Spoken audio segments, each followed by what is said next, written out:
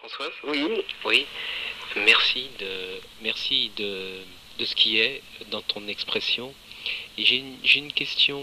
euh, qu'est-ce qui fait que euh, l'être humain, justement, se retrouve dans toute cette complexité que tu as énoncée à travers de nombreux exemples et de façon très fluide? Qu'est-ce qui fait que l'être humain se retrouve dans ce jeu des conflits et cette difficulté à laisser euh, le fait être tel qu'il est, tel que toi-même tu nous le rappelles? Quel est cet agent diviseur? ils ne savent pas qu'ils ont une autre solution. Et puis ils en sont peut-être. Moi, je réponds toujours qu'en mon nom. Hein. Je ne réponds pas sur Léon. Mais bon, j'ai rencontré quand même d'autres personnes aussi avec qui j'ai parlé de ça. Et on n'est qu'ignorant. Moi, je dis que j'étais. Tout à l'heure, vous aviez Françoise, Oui, Françoise, oui. quand tu dis on est qu'ignorant, je peux te dire que tu dis une chose qui ne sonne pas juste à mon oreille. Nous ne sommes pas qu'ignorants, nous sommes toute connaissance. Non, mais avant, moi j'entends. Avant. D'accord. Avant, je dis, j'étais sourde et aveugle. C'est-à-dire que j'étais sourde, j'entendais, mais je ne voulais pas entendre, j'écoutais pas. Je pouvais voir, j'enviais les gens qui étaient heureux, qui avaient une sérénité, une sorte de sagesse innée, je les enviais. Hein. Et à la limite, même j'ai une très vieille amie qui a 98 ans maintenant, et je l'enviais parce que je me disais, bon, elle se retranche derrière sa religion, et tout ça, c'est de l'hypocrisie. Alors qu'aujourd'hui, je vis exactement cet état de, bon, je pourrais employer le terme de sérénité, hein, de sagesse quotidienne.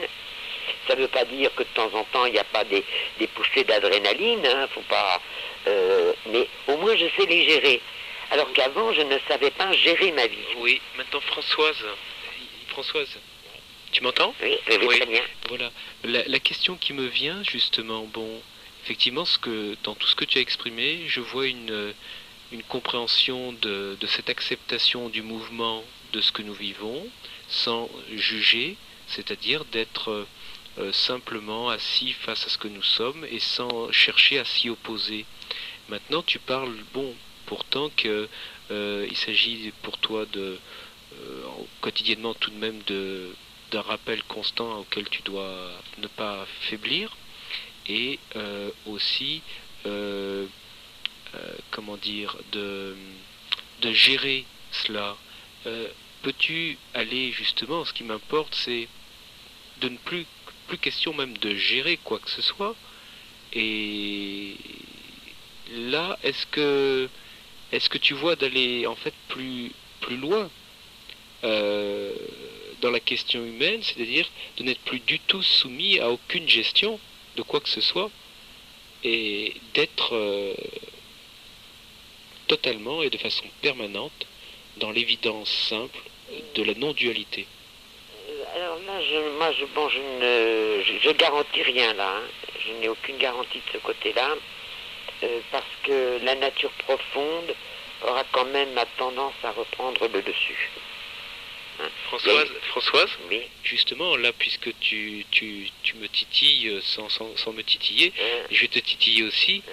Là, je peux te dire que c'est la peur qui te fait parler, et parce que, en ce qui me concerne, si tu en restes là, la question, le fait de l'éveil ne se pose pas pour toi. C'est-à-dire, et je comprends bien qu'il a pas forcément à se poser, mais je puis dire en résonance à ce que tu dis, euh, se pose vraiment la chose, c'est que l'homme peut être totalement affranchi de toute sa nature soi-disant naturelle, affranchi de tout un jeu, et c'est là où je t'invite à ce moment-là à une exploration plus en profondeur, parce que moi je parle de la libération de toute dualité, de tout conflit. Maintenant je ne peux pas le prouver que je le vis ou que c'est vécu dans cet homme. Je ne cherche pas à le prouver, je le dis, parce que je ne peux pas dire autre chose. Maintenant on peut dialoguer, on peut le remettre en question, et je suis tout à fait disponible. Je parle que l'homme peut être totalement affranchi de cette nature qu'on dit qui revient au galop, il faut la maîtriser, ou la contrôler, il faut la gérer. Non, y mettre totalement fin. Sans ça, eh bien, sans cela, l'homme il n'est pas ce qu'il est. Actualisé. Je vais vous répondre peut-être, c'est peut-être pas une réponse qui va vous convenir, peut-être j'en sais rien.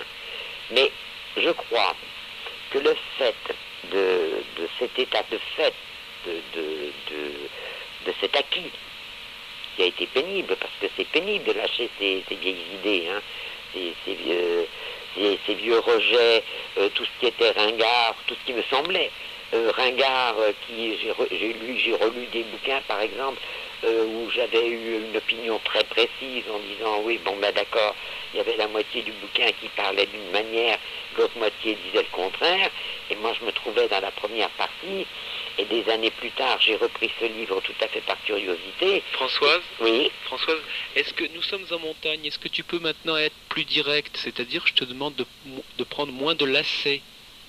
Oui. Et, oui, d'accord.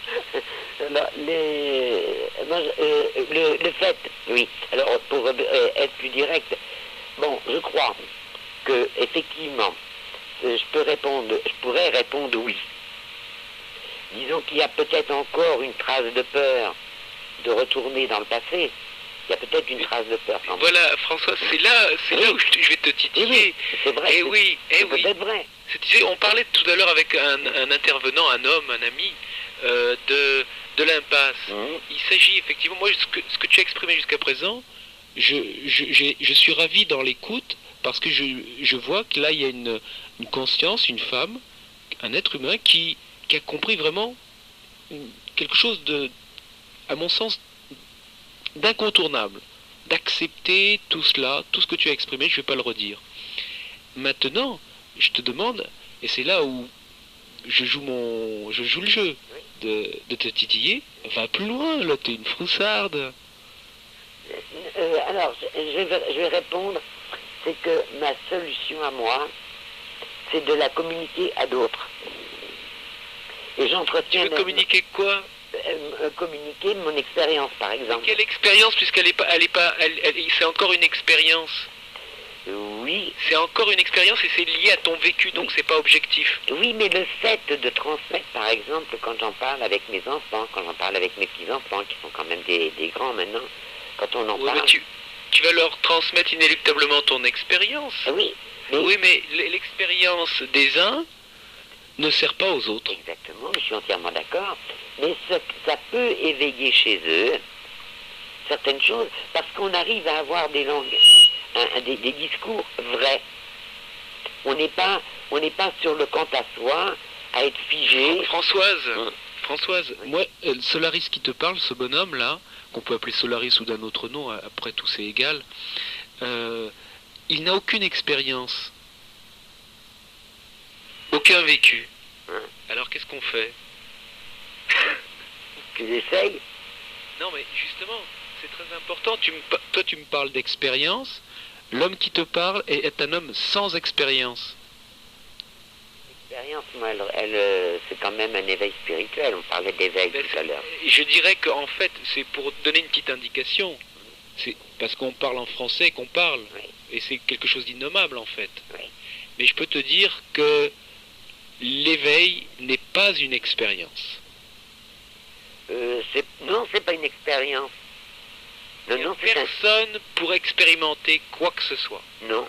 Mais il y a une chose qui est sûre, c'est que pendant ces trois années où j'ai quand même souffert, parce que c'est pas facile de lâcher prise sur beaucoup de choses, et de découvrir même certaines choses en soi qu'on ignorait, eh bien, à un moment donné, j'ai eu l'impression d'être sorti du tunnel et d'être à la lumière. Je parle pas d'une lumière... Nulle part je n'habite. Je couche dans l'absolu. Je grimpe au nirvana. Ouais. Au temple du bois d'encens, je joue. Ouais. Le plus souvent, je fais sans faire. Fortune et renom, bulle d'illusion. Si même l'océan se couvrait de mûriers, nos esprits ne sauraient se rencontrer. Joli. Joli. Merci. Au revoir. À tout de suite. Merci.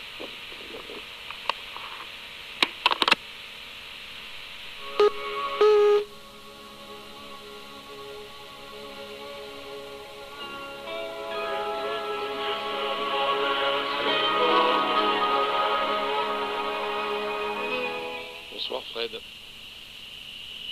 Fred, t'es sur l'antenne.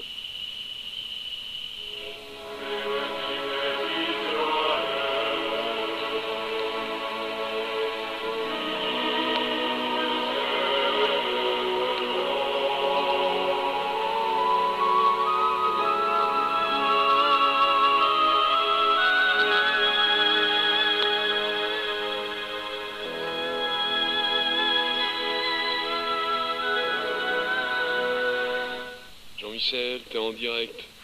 Oui, bonsoir à tous. J'ai écouté avec beaucoup d'attention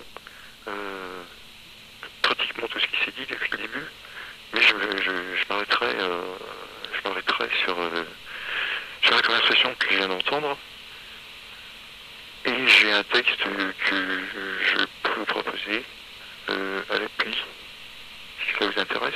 Oui, vas-y. Un texte dont la longueur, en temps, n'équivaut absolument pas à la longueur de la conversation que vous venez d'avoir. Enfin bon. Pour le moment, je suis mort. Et dans quelques heures, je serai complètement dans mon lit de mort. Là. Derrière moi. Défait. Dans un indestructible désordre. Et si je veux mourir proprement, eh bien, ce soir, car ce soir c'est délicat, il ne se passe strictement rien d'extraordinaire, rien qui m'occupe, au point que je me fasse l'effort de le refaire, car vraiment je trouve inacceptable pour un mort de s'installer dans un pareil désordre. Il y a des choses qui sont de l'ordre de la mort. Et on pourra dire ce que l'on voudra. Si on ne sait pas soi-même, laisser s'installer la mort dans le désordre, ou s'y laisser mourir tout bêtement, c'est comme si l'on ne faisait rien du tout. Alors essayons donc de mourir plutôt proprement. Le jour de ma mort, je devrais dire le soir de ma mort, la nuit serait trop tragique, puisque ce fut comme si j'avais un enterrement, ce qui n'a rien de dramatique en soi. Je me suis donné un coup de peigne, après m'être soigneusement lavé, parfumé, après que j'ai enfilé la plus belle, la plus sobre de mes chemises blanches, le plus beau et le plus sobre de ce que j'ai pu trouver en pantalon, chaussettes, souliers, cravate et ceinture noire. J'ai avalé ce que j'ai pu avec du jus d'orange en écoutant du classique. J'ai bâillé une fois et me suis assoupi. On s'arrête là. Je ne sais toujours pas. Une seconde. On s'arrête là puisque je ne sais, pardonnez-moi, rien du voyage que j'ai pu faire dès lors, et durant 3 jours de coma, dit-on. Coma, c'est ainsi que cela s'appelle. Mais j'étais mort. Et vous assure que si ce que l'on croise d'avoir fait, facture en main, c'est m'avoir redonné la vie, on se trompe.